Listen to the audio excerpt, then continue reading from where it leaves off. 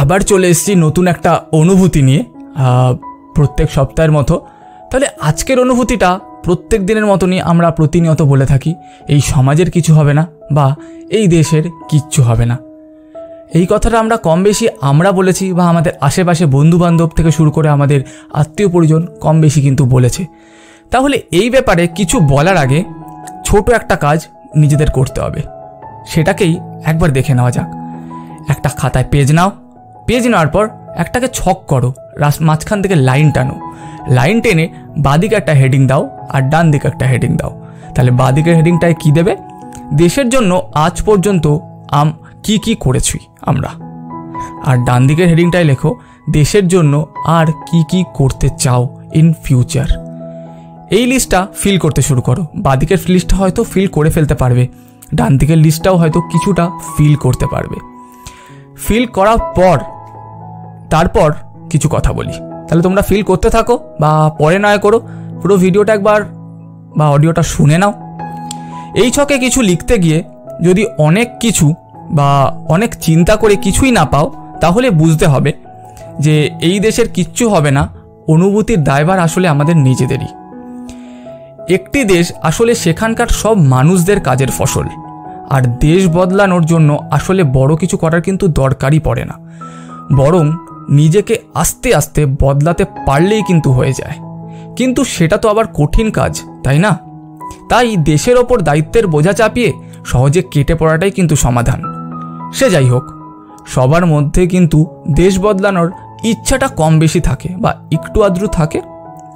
আস্তে আস্তে হয়তো ইচ্ছা আর বাস্তবতার দূরত্ব বাড়তে থাকে, কিন্তু সেই সুপ্ত ইচ্ছা বাস্তবায়নের কিছু আইডিয়া পেয়ে গেলে তো আর কেউ বসে থাকবে না। আমার তো অন্তত সেটা মনে হয়। আমার অন্তত মনে হয় না যে কেউ বসে থাকবে বলে। আর তাই এমন একটা আইডিয়া দিতে চাই যেটা আমরা সবাই বাস্তবায়ন করতে পারবো এবং নীরবেই দেশটাকে বা নীরবেই সাইলেন্টলি দেশটাকে আস্তে আস্তে আস্তে বদলাতে পারবো বা বদলে দিতে পারবো। এটার নাম আমি দিয়েছি সাইলেন্ট ট্রিটমেন্ট, যার মানে হলো নীরবেই চিকিৎসা করে দেওয়া কিংবা বদলে গিয়ে বদলে দেওয়া, বদলে গিয়ে বদলে দেওয়া। এই আইডিয়াটা বা আমার জীবনে এই ঘটনাটা ঘটে কিছুদিন বা কিছু বছর আগে। আমি এই ঘটনাটা তোমাদের সাথে খুব ছোটোভাবে শেয়ার করি। আমি যেই কোম্পানিতে জব করি সেখানে কম বেশি অ্যাওয়ারনেস সেশন দিতে আমি যাই বিভিন্ন স্কুল বা কলেজে।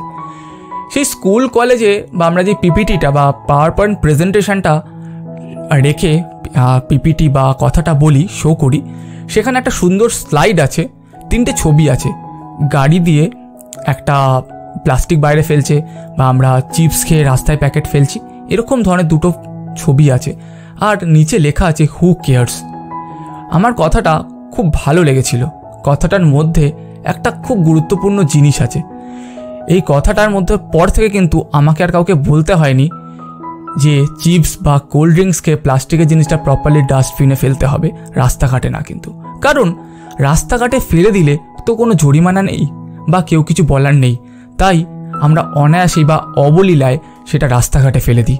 কোনো কিছু আমাদের বাধা কিন্তু বাদ সাধে না। কিন্তু আমরা চাইলেই আমাদের হাতে করে প্যাকেটটা ক্যারি করে কিছু দূরে গিয়ে কোনো ডাস্টবিনে ফেলতে পারি। আমরা সবসময় ভাবি যে দেশ তো আমাদের জন্য কিছু করে না। আমরা কি কখনো ভেবেছি আমরা দেশের জন্য কি করতে পারি? পরিবেশকে যদি আমরা কিছু ফেরত দিই বা পরিবেশের জন্য যদি ভালো কিছু করি, তাহলেই তো পরিবেশ আমাদের জন্য ভালো কিছু করবে। এই ধরনের জিনিস বা ওই পিপিটি স্লাইডের পর থেকে কিন্তু আমি জীবনে কখনো আর রাস্তাঘাটে ছড়িয়ে এদিক সেদিকে কোনো ময়লা জিনিস বা কোনো প্লাস্টিক খেলাম বা বিস্কুটের প্যাকেট খেলাম, সেটাকে ফেলে দিলাম ডাস্টবিনে না ফেলে বা জলের বোতল। তাহলে এই জিনিস থেকে আমরা একটা শিক্ষা পেতে পারি। আমাদের কিন্তু একটা ছোট্ট স্লাইড বা আমাকে একটা ছোট্ট স্লাইড পুরো জীবনের শিক্ষা দিয়ে গেল। সেই দিন থেকে শুরু ডাস্টবিন ব্যবহার করতে আর ভুলিনি কোনো দিন। আমার এই ছোট্ট স্লাইডটা এক নীরব প্রতিবাদের সুবাদেই আমার পরিবর্তনের শুভ সূচনা হয়ে গেল। এরপর আমিও আমার আশেপাশের কেউ কোনো ময়লা যেখানে সেখানে ফেললে বা ফেলে রাখলে চুপচাপ সেটাকে তুলে ডাস্টবিনে ফেলে দিই। এতে হয়তো কারো মনে ইম্প্যাক্ট পড়ে, অনেকের মনে ইম্প্যাক্ট পড়েও না, কিন্তু হোক না 1-2 জনের মনে ইম্প্যাক্ট পড়া শুরু হোক, তাতেই হয়তো আস্তে আস্তে বাড়া শুরু করবে। আমি দেখেছি যে যদি কখনো মানুষকে কিছু বলতে যাও বা কিছু শেখাতে যাও, সেটা দুটো ইম্প্যাক্ট হয়, এতে দুটো বিষয় হয়। এক নম্বর, মানুষকে যদি তুমি খুব রাগী ভাষায় বলো গিয়ে, ভাই ময়লা কেন এখানে ফেলছেন, ঠিক জায়গায় ময়লা ফেলুন, সেক্ষেত্রে হিতে বিপরীত হতে পারে, তুমি অযথাই একটা বিতণ্ডায় জড়িয়ে পড়তে পারো, সেসবের দরকার নেই কোনো। 2 নম্বর, মানুষটা যখন দেখবে যে তার ফেলা ময়লাটা অন্য কেউ তুলে ফেলছে, তখন তার মধ্যে চরম অনুশোচনা বোধ আসবে, যার আশা সে তো আসবেই। তার মনে হবে আমি নিজের ময়লাটা নিজেই ফেললাম না, অথচ আরেকজন এসে আমার ময়লাটা ফেলে দিচ্ছে। এই একটা শিক্ষা কিন্তু তোমরাও তোমাদের জীবনে কাজে লাগাতে পারো, দারুণ কার্যকর হবে। হলফ করে বলতে পারি আমি, মানুষকে বলে বোঝাতে গেলে কেউ হয়তো কথাটা শোনে, তবে বেশিরভাগ লোকই গুরুত্ব দেয় না, হেসে উড়িয়ে দেয়। শুধু প্লাস্টিকের বোতলের কথাই নয়, বরং সব কিছুতেই যদি এভাবে আমরা নিজে করার অভ্যেস করতে পারি, দেখবে জীবনটা অনেক বেশি সুন্দর হয়ে গেছে। সবাই তারিফও করছে, ক্রেডিটও দিচ্ছে। তবে এটার সঙ্গে দেশ বদলানোর কী সংযোগ আছে তাই চিন্তা করছো তো? ওই যে দেখলে না, কাউকে কিছু না বলে চুপচাপ যদি কাজটা সেরে ফেলো, তাহলে সাইলেন্ট ট্রিটমেন্ট কথাটা আমি বলেছিলাম, তাহলে সাইলেন্ট ট্রিটমেন্ট দিয়ে কিভাবে একটা বড় পরিবর্তন আনা সম্ভব সেটাই কিন্তু দেখলাম।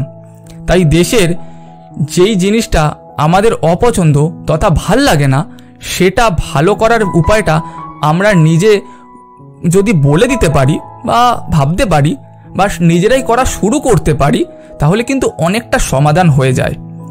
আর তাই এই দেশের কিচ্ছু হবে না এই না বলে, বরং এটা বলি সবাই সাইলেন্ট ট্রিটমেন্ট করতে দেওয়া শুরু করি বা সাইলেন্ট ট্রিটমেন্ট শুরু করি, তাহলেই দেশের কিছু না কিছু ভালো হওয়া তো শুরু হবেই। শুরুটা হোক না নিজের থেকেই। তাহলে কেমন লাগলো আজকের এই ভাল লাগে না? আশা করি তোমাদের ভালো লাগছে, আর আমাকে কমেন্ট করে জানিও, তাহলে আরও এরকম জিনিস করার আমি মোটিভেট পাবো। তাহলে দেখা হচ্ছে আবার নেক্সট ভিডিওতে, নেক্সট উইকে। নমস্কার।